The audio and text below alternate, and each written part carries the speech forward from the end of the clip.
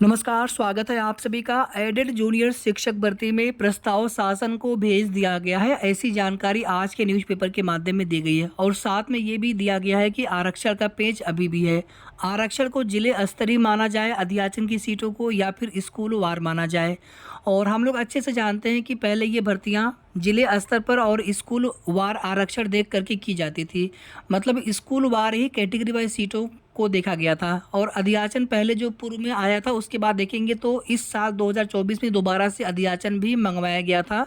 और उसी के साथ में कुछ सीट वृद्धि की भी उम्मीद हो गई थी कि लगभग 400-500 सीटें 100% बढ़ानी पड़ेगी, या फिर और भी ज़्यादा लगभग दोगुने के आसपास भी सीटें हो सकती हैं।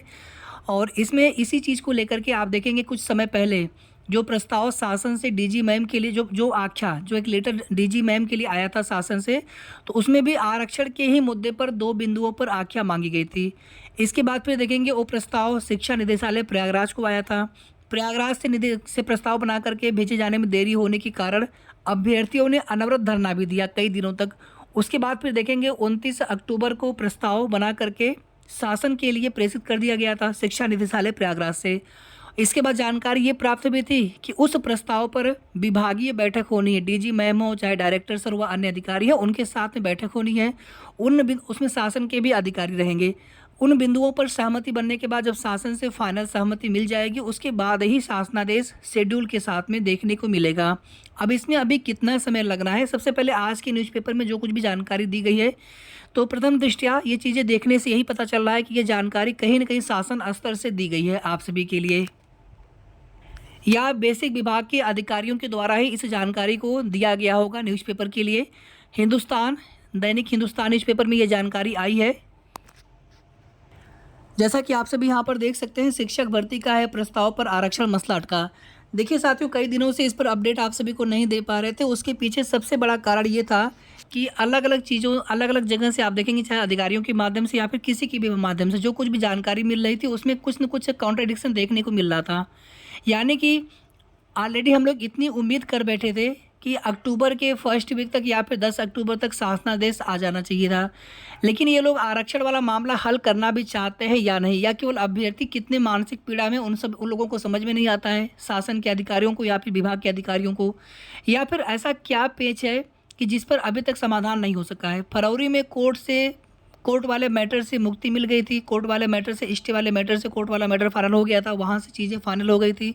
दोबारा से मैटर डिवीजन बेंच में है और कल की डेट में सुनवाई फिर से लगी है केस, तो कल की डेट में सुनवाई होनी है। देखिए सुनवाई हो पाती है या नहीं हो पाती है। ये मैटर है एसएलपी वाला, ठीक है, वो मैनेजमेंट वाला केस ये नहीं है, एसएलपी वाला मैटर है, ध्यान दीजिएगा आप सभी। कल की डेट में केस लगा हुआ है कोर्ट नंबर 29 में, सीरियल नंबर 35 पर फ्रेश में। एक बार इसको पूरा रीड करते हैं। प्रदेश के अशासकीय सहायता प्राप्त जूनियर हाई स्कूलों में सहायक अध्यापक और प्रधान अध्यापकों के 1894 पदों पर भर्ती का प्रस्ताव। पदों की संख्या यहाँ पर बढ़ नहीं रही है, उतने ही पदों पर अगर ये शासन स्तर से या फिर अधिकारियों के स्तर से अगर ये जानकारी न्यूज़पेपर को प्रोवाइड की गई है, तो इसमें सीट वृद्धि तो हुई नहीं, सीटें उतनी अभी भी हैं। और आगे लिखा है कि प्रस्ताव शिक्षा निदेशालय से शासन को भेज दिया गया है। हालांकि आरक्षण का मसला अब तक हल नहीं हो सका है, फिर उसमें भेजा क्या गया है। अगर आप आरक्षण वाली क्वेरी क्लियर नहीं कर सके हैं, तो फिर उसमें आपने शासन को भेजा क्या है। इसका मतलब है कि मैटर अभी बिल्कुल उसी तरह से बना हुआ है और उसमें भी फिर से मीटिंग होगी शासन स्तर से विभागीय अधिकारियों के साथ में। शासनादेश में विद्यमान व्यवस्था यानी जिले स्तर पर आरक्षण लागू करने की बात कही गई है, जबकि प्रबंधक ने स्कूल स्तर पर आरक्षण मानते हुए पदों को भेजा है। अब यह शासन को निर्णय लेना है कि आरक्षण किस स्तर पर लागू होगा। वैसे सहायता प्राप्त माध्यमिक विद्यालयों में स्कूल स्तर पर ही आरक्षण का प्रावधान है, जो पुरानी नियमावली है उसके अनुसार, जिसमें मैनेजमेंट को ही भर्ती करने का अधिकार था अपने जिला बीएसए से अनुमति लेकर के। आगे देखिए आप सभी, इस भर्ती को पूरी करने के लिए शासन ने महानिदेशक स्कूल शिक्षा कंचन वर्मा से अक्टूबर में 3 बार रिपोर्ट मांगी गई थी। रिमाइंडर भी उसमें आया था। 1894 पदों पर शिक्षक भर्ती की विज्ञप्ति, ये सारी चीज़ें यहाँ पर छोड़ देते हैं, इसके का कोई मतलब यहाँ पे है नहीं। जो कोर्ट केस हुआ था, फिर बाद में संशोधित रिजल्ट भी आया था। कुल मिलाकर के पॉइंट यहाँ पर इतना है कि ये लोग भर्ती अभी फ़िलहाल में करना भी चाहते हैं कि नहीं करना चाहते हैं।